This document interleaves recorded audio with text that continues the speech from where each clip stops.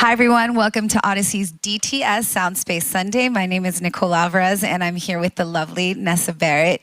Hi, Nessa. Hi, how are you? We met a little while ago, but again, we'll do it for everybody to watch. I'm Nicole, and it is a pleasure to meet you because I feel like I kind of know you. You know how that social media thing happens where I've been following you for, what? You've been on there since like 2019? Pretty much, yeah. Yeah. So I follow you and you start to think that you know somebody. In reality, you don't. And it's such a pleasure to meet you and then see this whole other side of you. Thank you. Do you find that that happens a lot when people meet you, that they have expectations of who they think you are? Oh, yeah. I mean, I think social media in general is just a place for people to judge you. And, you know, people already have, their idea of you before they even get to say hi face to face in person, and that just tends to happen a lot. You know, a lot of people think that I'm just someone that I'm really not, and then they meet me and they're like, oh wait, you're actually nice, and I'm like, what? And there's more to you, but in social media, would you say it's a necessary evil? Like, we need it, but would you be happy without it? I mean, currently I don't even have any on my phone, and I've probably been the happiest that I've ever been without it. Would you recommend that other people do that? Because I have noticed, like I said, I follow you, and there's so many people that want to get, or they want to drag your personal life into things, and you just want to have fun and live your life, and you're focusing on music, and I've noticed, which is very smart, that you very gracefully step back from it. Yeah. Did somebody advise you to do that, or did something inside you, did your mental health check come up, and just your brain said, it's time to step back? No, yeah, totally. I think it was a mental health check, you know. It's kind of like you have to be a certain type of strong to deal with negative opinions about you. And those that kind of, you know, are already so insecure about themselves. I think social media can be such a damaging place, and it's just a false reality. Yep. And that's why I kind of decided to get away from it. All right, let's talk about music. So first, let's rewind a little bit, 'cause so many people watching are just getting to know you. You are exploding onto the scene like the star that you are. You're getting played on so many alternative rock stations, in between huge older bands like the Chili Peppers and Coldplay and whatnot, and then along comes Nessa Barrett. How old are you, and where are you from? I am 18, and I'm from New Jersey. Would they consider you're like Gen Z, right? Yeah. Yeah. So how would you describe your generation? I don't know. I feel like there's just... Would you say hopeful, positive? Would you say that you're carrying the weight of the past world on your shoulder? No, yeah. I mean, I think the overall description, I feel like for me, for Gen Z, would probably be you know, I feel like everyone is kind of chasing really big dreams, and we're everyone's working really hard and kind of doing things that most people that wouldn't do back then when they were 18. You know, I think we're kind of brave in a way. So let me ask you, when did music first kind of come knocking on your door? Were you a little girl that fell in love with a song? Do you come from a musical background? Or when was it that you started dreaming of being on the stage? Well, my dad actually is he just loves music. Yeah. I always, since I was born, I grew up with a studio in my house always. You know, I recorded my first song when I was 4 in the studio. Yeah, it's kind of crazy. Do you have that anywhere? Yes, I do. I have it saved. It's me and my dad's song. So my dad rapped, and then I was singing in it when I was 4. Oh my God. And so, you know, it's always been insanely influenced by my family. My mom has amazing music tastes.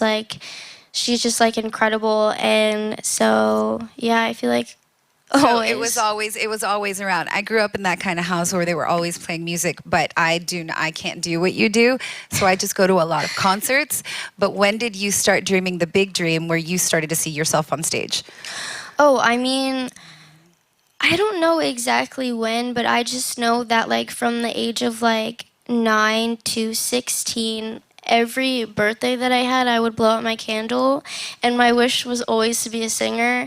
I got a dog back home, and I named her Callie because I wanted to move out to California and Hollywood, and wow. it's just always been a big dream, and it's just so crazy. Well, that's not that crazy because here you are now. But who was the one that came knocking on your door and said, all right, if you have this dream, let's do it? Who gave you, I guess you could say, your first chance? It's a really good question. I think that, you know, I was coming out to LA when I gained a platform on social media, and I started actually singing on TikTok, and that was something that I was very like vulnerable about. I'm like very, because you're putting it out there. No. And what was your following? So you had a pretty big following from the beginning, and you would do, you know, like the dances and the funny stuff. But what was your following like before you started putting yourself out there? What were you at? Like 5 million? No, yeah, I'm gonna say I'm like 3 million. That's still yeah. freaking huge. Yeah. And then you decided to just put yourself out there. And then did you find that it was a supportive community and it made you want to do it more, or did it scare you?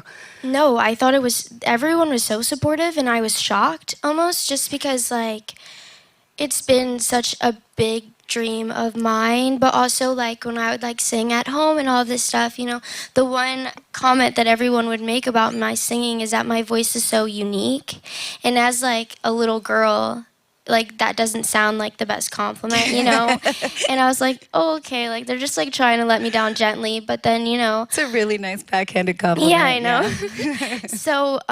Yeah. So when I posted like my very first like TikTok singing videos, I got a really amazing response from everyone, and I think that kind of pushed me to be like, okay, like I think I might actually be able to do something that I've always wanted to do. And then I think from that video, a owner of a studio actually saw that and then asked me to come in and work on some music, and I did, and it started ever since. And did it feel right? Like right away, did you know I can do this? Oh yeah, I mean, I jumped in, and just like the vibe of like being in a studio, like in the booth, like it just felt like home. Because you grew up like that. That makes total sense. Now, as far as the lyrics and the things that you're putting out there into the world, they're very, very vulnerable, and they're very, very raw, and you're opening yourself up to having people relate to you, and I think that's amazing. To be a self-aware artist, a la Billie Eilish, for example, who's very self-aware, but you're also opening yourself up to a lot of critique. So how do you handle that part? Like, how do you keep your head in check?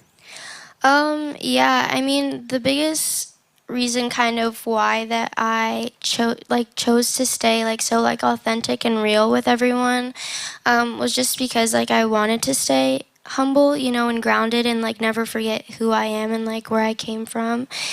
And it does hurt, you know, when you get comments that you don't really want to hear, like critiques, like you said, especially when I'm being so vulnerable. But I don't know. I just think everything's a learning process, and so I can't really let everything get to me. No, one thing that I learned that you might have learned this too, is that when people are critiquing you, the kind of people, you learn a lot about other humans. The kind of people that critique are broken people, like they're hurt people. They've got nothing to do. So it's easier to let that go because you just have to stay focused on your dream and your path. And so far, you're doing an amazing job. Thank you. Watching your excitement when you were going on Kimmel and Ellen, it wasn't just like you weren't just posting the videos and the picture, but you were genuinely like, what is happening to my life right now? So when you were there, were you able to be in the moment, or was it one of those things that you don't even remember it happening because it was so surreal? No, yeah. I mean, it almost feels like a dream. You know, like how you can like kind of remember like bits and pieces, but like not everything. That's kind of what like my Kimmel and Ellen performances feel like. I feel like I haven't even like felt it completely yet because I'm still like in denial. Yeah. I'm like, there's no way. But it's crazy, and like my family would like be like, oh my God, I just saw you, and I'm like, it's not just them, like millions and millions of people are seeing you. And now with working with Travis Barker, what's that like? Because we play La Di Da like crazy, and hearing you and Travis and Jaden, it's literally everywhere. So is that humbling, or is that still like a pinch me moment? To be honest, the first time I recorded my vocals with Travis, I was so shaky just because it's like, that's Travis Barker, you know? Yeah. Like I remember like being in middle school and listening to like I Miss You by Blink, and it's just like, what the heck? Yeah, I would say it's like a pinch me moment, but also at the same time, like he is such like a humble and down to earth person himself, so it doesn't even feel like it's Travis, but he doesn't like act, you know. He's so down. He's salt of the earth, that one. All right, so now the world is opening up, and you're kind of this rise to fame that you're experiencing outside of just social media has been happening during a pandemic. So these live performances where you're kind of getting your feet wet haven't happened just yet. You're doing them still under COVID restrictions. Let's say the world opens up completely and boom, you get invited to play at a festival. The second I say that, do you feel nervous or are you like, let's go? It's like a mix. It's a mix. Like I instantly want to smile and be like, oh my God, but it's also like, that's so many people. It's crazy, you know. I don't know, but I'm excited. I think that like once I have like my first show, I'll be like, okay, I got it now. Like the nerves will be like calmed down, but it's just like crazy to even think that like more than like 10 people would want to even sit there and watch me sing. Well, what's the biggest audience you've ever played for so far? Not including like, I'm not saying like TV viewing audiences, but like here where people can't see, but we're in a pretty private space with a handful of people. I'm assuming you've done this tons of times, but have you played like maybe a mini show? No, never. I mean, this might sound so embarrassing, but the closest I've gotten, like, you know, like school choir, you know. Okay, yeah. We're going different level. And I have to be there for this. I've really enjoyed getting to know you because it's not that I had a perception of who you were, but I only knew you on social media and I follow all of the things. And I've got a pretty strong mind, so I didn't think you were one way or another, but meeting you, you're a dreamer. That's what you are. You're a dreamer and you're a hard worker, and it's been lovely to get to know you. So what is next? What is the next dream that you want to check off the list? I really do want to like release a project. Like, do you have anything in the album. works? I do have an EP in the works. Okay. I'm actually so excited for it because I know that it's going to like be so real, and like that's just gonna be like me. Is that therapy for you when you're able to sing the lyrics that you sang and then write and then create your own songs? Is that therapy, and is that a way that you process the world? No, yeah, it's the best therapy that I could ever get. It's just like how I cope. I'm not really the type of person to open up to many people because I feel kind of ashamed for like my mental health at some points. And, you know, when I'm able to just like write down lyrics explaining exactly how I feel, but like not at the same time, you know, I know what they mean to me. It's like how I cope, and then the fact that it's kind of like a weight is lifted off my shoulders too, because in a sense, like when everyone hears it, when it's out, I'm like opening up and like releasing everything that I've like bottled up inside. But I'm so excited. And that's great for mental health. And just think of all the people that are listening that can relate to you in that way, and then it just becomes like one big healing festival. So what you're doing is actually, again, and I say this all the time, and I want people to start kind of living it, vulnerability is a superpower.